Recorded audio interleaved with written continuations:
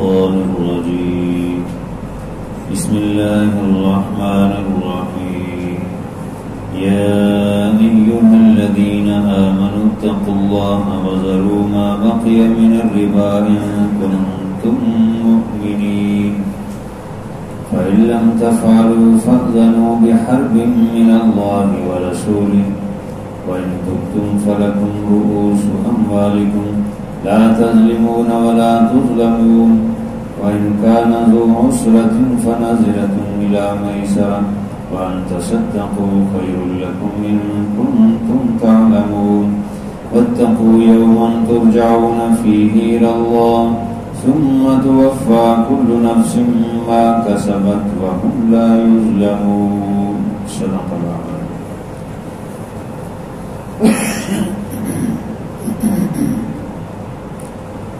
صدقات کی فضیلت بیان فرمائی اور سود کی مذمت بیان فرمائی پچھلے درس میں. سود ایک ایسی لعنت ہے جو نظام کو بھی خراب کرتی ہے اور معاشرے کو بھی خراب کرتی ہے. معاشرے کے اندر بری عادات سود کے کھانے کی وجہ سے پیدا ہوتی ہے. اللہ کے نبی صلی اللہ علیہ وسلم نے سب سے پہلے خطبہ حجۃ الوداع میں یہی فرمایا کہ اللہ رب العزت نے زمانہ جاہلیت کی جتنی رسمیں تھیں وہ میرے پاؤں کے نیچے رون ڈالی اور سود بھی ختم فرمایا ہے. میں سب سے پہلے اپنے چچا عباس کا سود ختم کرتا ہوں. ان کا بہت وسیع سودی کاروبار تھا.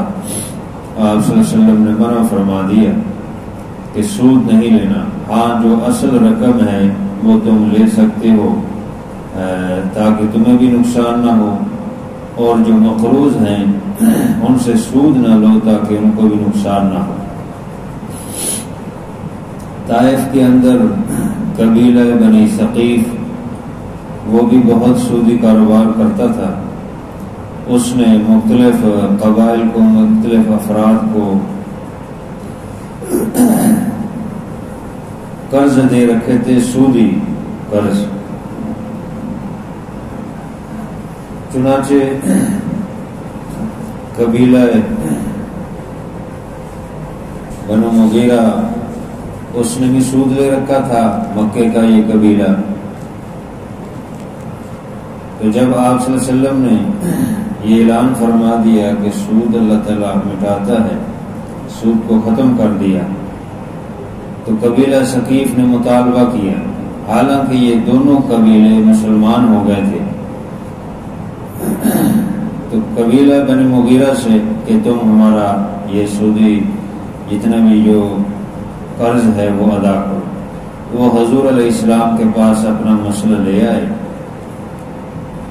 آپ صلی اللہ علیہ وسلم پر یہ وحی نازل ہوئی اور اللہ تبارک و تعالی نے فرمایا یا ایھا الذین آمنوا, اے وہ لوگوں جو ایمان لے آئے ہو,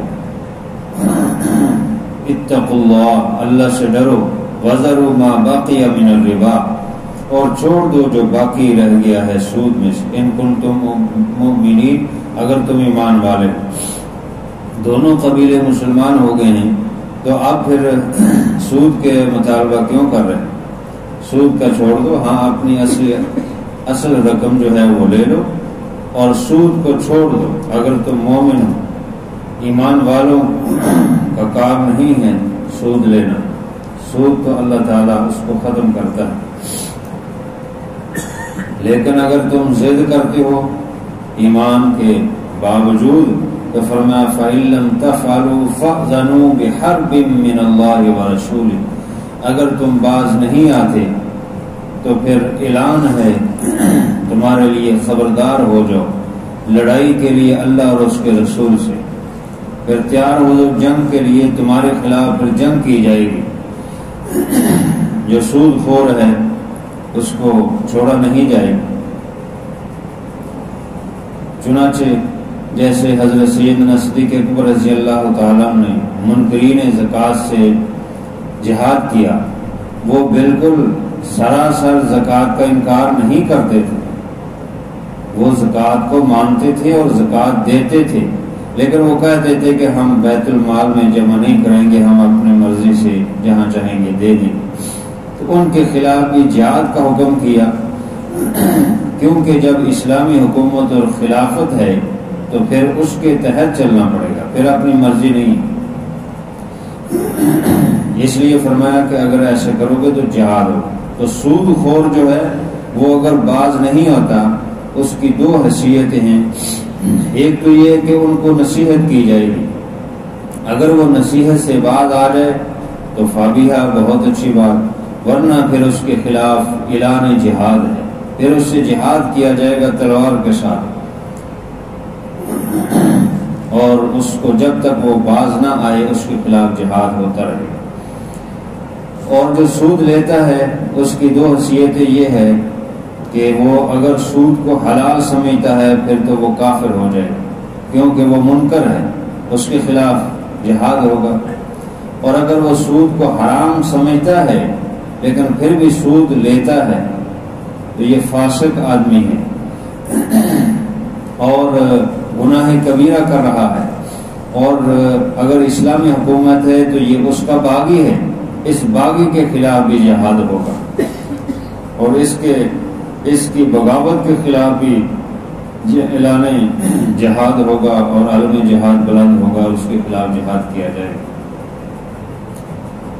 اس لیے فرمایا کہ اگر یہ باز نہیں آتے تو پھر سن لے کہ ان کے خلاف اللہ اور اس کے رسول کا اعلان جنگ ہے، اور اس کے خلاف جنگ کیا جائے گا یہاں تک کہ یہ باز آ جائے۔ پہلی صورت تو واضح نصیحت کی ہے، تو بعض لوگ ایسے ہوتے ہیں جو واضح نصیحت سن کے عمل کر لیتے ہیں، تو اگر واضح نصیحت سے نہ سنیں تو پھر ان کے خلاف جہاد ہوگا، اور پھر جو قیدی ہوں گے اگر تو وہ توبہ کر لیں تو ٹھیک ہے، اگر یہ توبہ نہ کریں تو اس کا سر قلم کر دیا جائے گا۔ یہ سود خور کی یہی سزا ہے، یہ تعزیری سزا ہے۔ جو فرض کا انکار کرتا ہے اس کے خلاف بھی جہاد ہوتا ہے، اور جو سنت کا انکار کرتا ہے اس کے خلاف بھی جہاد ہوتا ہے۔ چنانچہ فقہاء کرام نے لکھا ہے کہ اگر کسی بستی میں اذان نہ دی جائے، لوگ اذان دینا فرض یا واجب نہیں، سنت ہے، تو اذان نہ دے تو ان کے خلاف بھی جہاد ہوگا، سنت کے تارک ہیں۔ اگر کوئی لوگ جو ہے وہ ختنہ نہ کریں، جو کہ سنت ہے، فرض ہے، واجب نہیں، اور ختنے کے منکر ہوں یا اس پر عمل نہ کرے تو ان کے خلاف بھی جہاد ہوگا۔ تو یہ تو اس سے بچنا تو فرض ہے کہ سود سے بچا جائے، یہ سراسر حرام ہے۔ ہاں البتہ کافر لوگ، عیسائی لوگ جو سود کو حلال سمجھتے ہیں یا خنزیر کو حلال سمجھتے ہیں وہ اپنے تئیں رکھے، لیکن مسلمان جو ہے وہ ان سے معاملہ نہ کرے۔ اور جو مسلمان حکومتیں ہیں ان کے اوپر فرض عائد ہوتا ہے، ان کے اوپر یہ ذمہ داری عائد ہوتی ہے کہ وہ سود کے نظام کو ختم کریں، اور جو شریعت نے تجارت کے اصول بتائے اس کے مطابق اپنے اصول وضع کریں اور ملک کا نظام چلائیں۔ لیکن ایسا نہیں ہے، کتنی اسلامی سلطنتیں ہیں، ملک ہیں، کسی ایک میں بھی سود سے پاک نظام نہیں، کوئی ایک بینک بھی سود سے پاک نہیں۔ یہ بہت بڑی اللہ تعالیٰ کی لعنت ہے، اور اللہ اور اس کے رسول کے خلاف اعلان جنگ ہے۔ تو جو اللہ اور اس کے رسول کے خلاف جنگ کرے گا اس کے حالات کیسے ٹھیک ہوں گے، اس کی معیشت کیسے ٹھیک ہوگی، اس کے لیے برکت کہاں سے آئے گی؟ پھر اسی لیے ملک رونا روتے ہیں کہ ہماری معیشت تباہ ہوگی، ہمارے حالات خراب ہو گئے۔ جب اجتماعی گناہ ہو رہے ہیں، انفرادی تو انفرادی، اجتماعی طور پہ بڑے بڑے گناہ ہو رہے ہیں، اس لیے اس کی توبہ بھی اجتماعی ہے، اور توبہ یہ ہے کہ وہ سود سے باز آ جائے۔ یہاں اللہ رب العزت یہی فرما رہا ہے کہ اگر نصیحت سے باز آ جائیں ٹھیک ہے، فَإِن لَّمْ تَفْعَلُوا، اگر باز نہ آئیں فَأْذَنُوا بِحَرْبٍ مِّنَ اللَّهِ وَرَسُولِهِ تو پھر تیار ہو جائیں اللہ اور اس کے رسول کے ساتھ جنگ. وَإِن تُبْتُمْ اور اگر تم توبہ کر لو فَلَكُمْ رُؤُوسُ أَمْوَالِكُمْ پھر تمہارے لیے اصل مال جو ہے وہ ہے وہ جائز. تم اپنی اصل رقم لینے کا حق رکھتے ہو, اصل رقم لے لو, اس پر جو سود ہے وہ چھوڑ دو. لا تظلمون ولا تظلم لا تظلمون ولا تظلمون نہ ہی تم ظلم کرو نہ ہی تم پر ظلم کیا جائے گا. تمہاری اصل رقم تمہیں واپس ملے گی اور جو مقروض ہیں ان پر بھی ظلم نہیں کہ اس سے سود لیا جائے, ایسا بھی نہ ہو. اگر ایسی صورت پیش آ جائے کہ جو مقروض ہے وہ تنگ دست ہو گیا ہے اور وہ قرض ادا نہیں کر رہا تو پھر فرمایا وَإِن كَانَ ذُو عُسْرَةٍ فَنَاظِرَةٌ إِلَىٰ مَيْسَرَةٍ اور اگر وہ قرض لینے والا تنگ دست ہو گیا ہے تو بس اس کو ڈھیل دے دو اس کی فراخت تک, جب تک وہ یعنی اس کے لیے حالات بہتر ہوتے ہیں کہ وہ دینے کے اس قابل ہو کہ وہ دے سکتا ہے تو پھر اس سے لیا جائے. اور اگر وہ جان بوجھ کے ایسا کر رہا ہو, وہ دینے کا حقدار ہے اور اس کے پاس حیثیت بھی ہے, وہ قرض دے سکتا ہے, لیکن پھر ٹال مٹول کرتا ہے تو اس کو قید میں ڈالا جائے گا تاں کہ حکومت تحقیق کرے اور اس کے جو مال ہے اس میں سے اس کا پھر قرض دیا جائے گا. ہاں اگر اس کو اس کی تحقیق یہ ہو حکومت کی کہ اس کے پاس مال نہیں تو پھر اس کو مہلت دی جائے گی. تو فرمایا اس کو مہلت دے دو.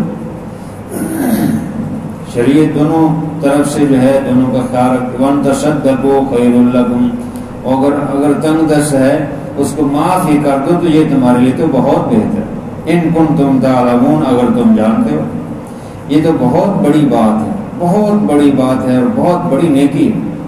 چنانچہ بخاری شریف کی حدیث میں ہے جو تنگ دست آدمی ہے اس کے لیے جو آسانی کرتا ہے قیامت کے دن اللہ تعالیٰ اس کے لیے آسانی کرے گا. اسی طرح ایک حدیث میں ہے کہ ایک شخص آئے گا قیامت کے دن اور اس کا حساب شروع ہوگا تو اس کے پاس تو کوئی نیکی نہیں ہوگی. اس سے پوچھا جائے گا بھی نیکی ہے, وہ کہے گا نیکی تو میرے پاس کوئی نہیں ہے. البتہ ایک بات ہے کہ میں جو کاروبار کرتا تھا تو میں نے اپنے نوکروں کو کہہ رکھا تھا, اپنے کرندوں کو, کہ جو بھی کوئی قرض لے اگر اس کو تنگی ہو تو اس کو مہلت دے دیا اور اگر وہ نہ دے سکے تو اس کو معاف کر دو. اللہ تبارک و تعالیٰ کہے گا انا احق, جب تم بندہ ہو کر تم نے درگزر کیا ہے تو میں اس کا زیادہ حقدار ہے کہ میں تجھے درگزر کر کے معاف کر دوں. چنانچہ اللہ تعالیٰ اس کو معاف کر دیں. اس لیے فرمایا کہ اگر کوئی تنگ دست ہے تو اس کے لیے آسانی بھی پیدا کرو. اس کے لیے اللہ کی رحمت کے فیصلے ہیں, اللہ تعالیٰ کی رحمت ہوگی. اور اسی طرح بخاری شریف کی حدیث ہے جو کسی مقروض کو جو تنگ دست ہے اور نہیں قرض ادا کر رہا وہ اس کو معاف کر دے گا تو وہ کل قیامت کے دن اللہ کی رحمت کے سائے میں ہوگا, اللہ کے عرش کے سائے میں ہوگا اور قیامت کے دن اللہ کے عرش کے سائے کے علاوہ کوئی سایہ نہیں ہوگا. تو یہ بہت بڑی ہے ان کے لیے خوشخبری ہے. تو اگر مشکل آدمی ہے, مشکل میں ہے, وہ قرض نہیں دے سکتا تو اس کو مہلت دے دو. اگر معاف کر دو تو یہ اور زیادہ بہتر ہے, یہ اور اللہ کی رحمت کی متوجہ کرنا ہے. فرمایا ان کنتم تعلمون اگر تم جانتے ہو تو پھر تم اچھا جانتے ہو اس کو, یہ نیکی کو سمجھتے ہو, تمہیں اس نیکی کا جو ہے وہ ادراک ہے تو پھر یہ نیکی بہت بڑی ہے.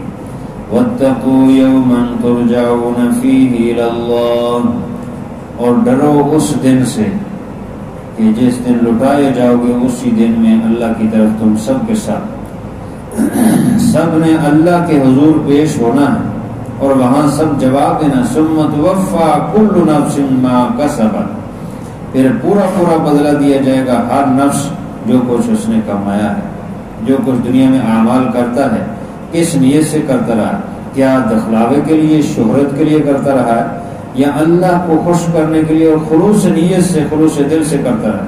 وَهُمْ لَا يُظْلَمُونَ اور وہ ظلم نہیں کیے جائیں گے. یہ آیت وَاتَّقُوا يَوْمًا تُرْجَعُونَ فِيهِ إِلَى اللَّهِ یہ آیت سب سے آخری آیت ہے جو نازل ہوئی۔ اس سے پہلے جو آیت نازل ہوئی تھی حجۃ الوداع کے موقع پر، وہ الیوم اکملت لکم دینکم واتممت علیکم نعمتی ورضیت لکم الاسلام دینا، اور اس کے بعد پھر یہ آیت نازل ہوئی۔ اس آیت کے نازل ہونے کے بعد بعض مفسرین فرماتے ہیں کہ آپ صلی اللہ علیہ وسلم 23 دن دنیا میں تشریف فرما رہے، اور بعض فرماتے ہیں کہ 3 دن کے بعد آپ صلی اللہ علیہ وسلم دنیا سے پردہ فرما گئے اس آیت کے نازل ہونے کے بعد۔ یہ قرآن پاک کی سب سے آخری آیت ہے جو نزول کے اعتبار سے، اور اللہ کے نبی صلی اللہ علیہ وسلم نے وحی کے مطابق یہی حکم دیا کہ اس کو یہاں پر رکھنا ہے۔ قرآن پاک کی جتنی بھی آیات اور صورتیں، یہ ترتیب توقیفی ہے، اللہ کے حکم کے مطابق جہاں جہاں اللہ کا حکم ہوا آپ صلی اللہ علیہ وسلم نے حکم دیا صحابہ کرام کو، وہاں وہاں لکھی گئی، وہاں وہاں ترتیب دی گئی۔ تو بہرحال یہاں پر سود کی اللہ تعالیٰ نے مذمت فرمائی ہے، اور اس کے حیثیتیں بھی بیان فرما دی کہ اگر توبہ کر لے تو بہتر ہے، ورنہ پھر اس کے خلاف اعلان جنگ ہے۔ اور جو قرض خواہ ہیں وہ سود چھوڑ دیں، اور جو قرض دینے والے ہیں وہ اپنی اصل رقم لے لیں اور سود کو چھوڑ دیں، اور اگر مقروض تنگ ہے تو اس کے لیے آسانی پیدا کرو۔ اللہ تعالیٰ عمل کی توفیق عطا فرمائے۔ الحمدللہ رب العالمین والعاقبۃ للمتقین والصلاۃ والسلام علی سید الرسل وخاتم الانبیاء والمرسلین۔ ربنا آتنا فی الدنیا حسنۃ وفی الآخرۃ حسنۃ وقنا عذاب النار۔ ربنا فاغفر لنا ذنوبنا وکفر عنا سیئاتنا وتوفنا مع الابرار۔ اللهم اشف مرضانا ومرضى المسلمين۔ ربنا هب لنا من ازواجنا وذرياتنا قرة اعين واجعلنا للمتقين اماما۔ یا اللہ اپنی رحمت سے ہماری حاضری کو قبول فرما، جو کمی رہ گئی اپنے فضل و کرم سے معاف فرما، ہمیشہ اپنے ہی در پر جھکنے کی توفیق عطا فرما، بدعات رسم و رواج اور گناہوں سے حفاظت فرما، نیکی اور خیر کی توفیق عطا فرما، اخلاص اور اپنی رضا کے لیے یا اللہ ہر عمل کرنے کی توفیق عطا فرما۔ جو ٹوٹی پھوٹی اعمال ہیں، عبادت ہیں، اپنی بارگاہ میں قبول فرما۔ یا اللہ ہم بہت کمزور ہیں، ہماری خطاؤں کو گناہوں کو معاف فرما۔ صلی اللہ تعالی علی خیر خلقہ سیدنا و مولانا محمد وعلی آلہ و اصحابہ